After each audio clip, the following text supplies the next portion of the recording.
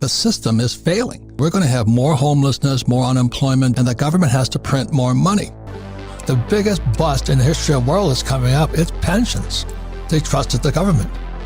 They trusted their pension would be there, and it's going to go bust. Well, holy flippity flip flop flapping smokes, everyone. What happened overnight with the Bank of England announcing those new emergency measures to shore up the bond market? Steve joins us with more of the details. And Steve, this is starting to feel a little eerie.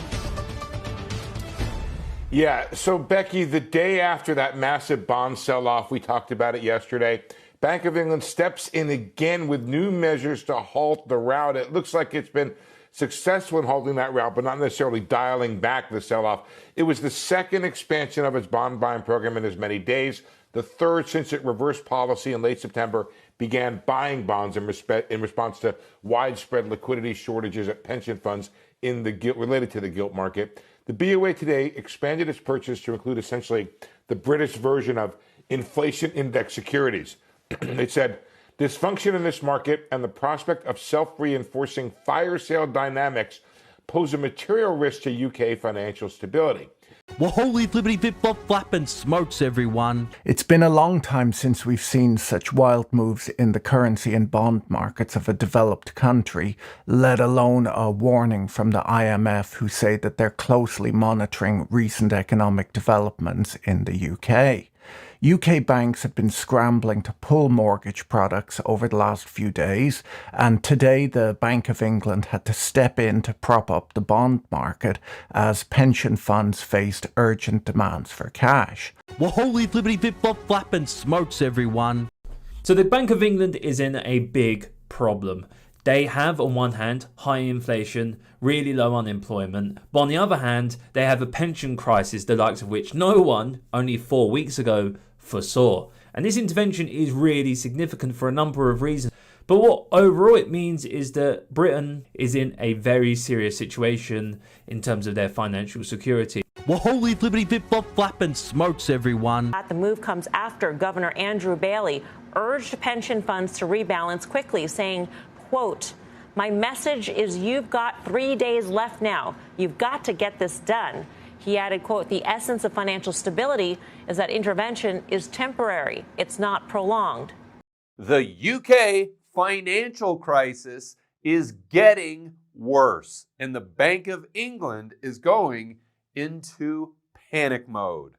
Well, holy flippity flip flop flapping smokes, everyone. So we start off on September 12th, and it's about 2%. Goes up gradually, but starting on the 20th, it goes parabolic within 3-4 days, all the way up to 4.5%.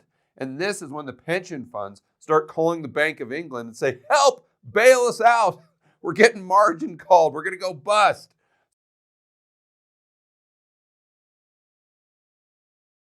So then they come in on the 28th and make this announcement. Remember, they started QT, quantitative tightening, about a week prior. But then they stepped in and said, okay, whoa, time out.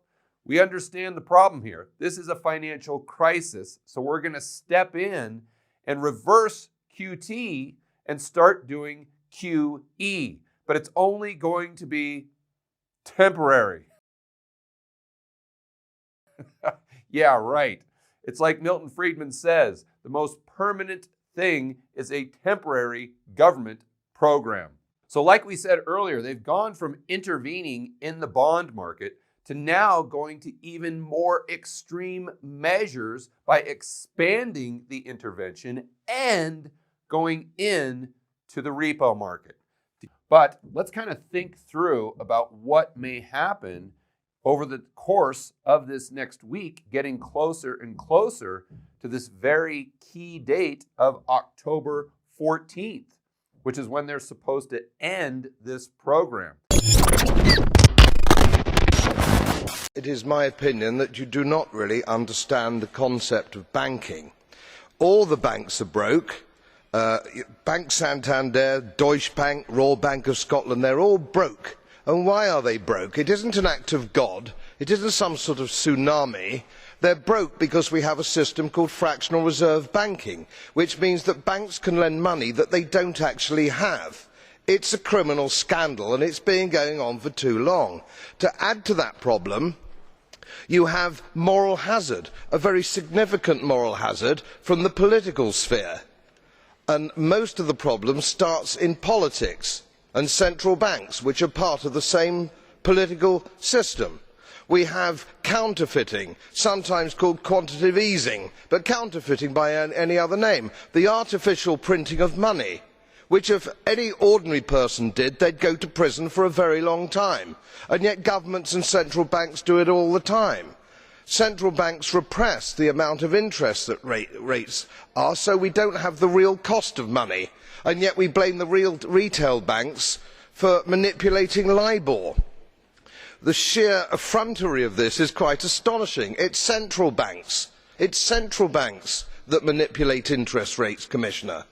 And plus, underneath all this, we talk loosely, in a rather cavalier fashion, do we not, about deposit guarantees.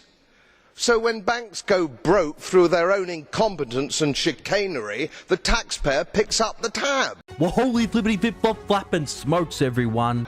It's theft from the taxpayer. And until we start sending bankers, and I include central bankers and politicians, to prison for this outrage, it will continue.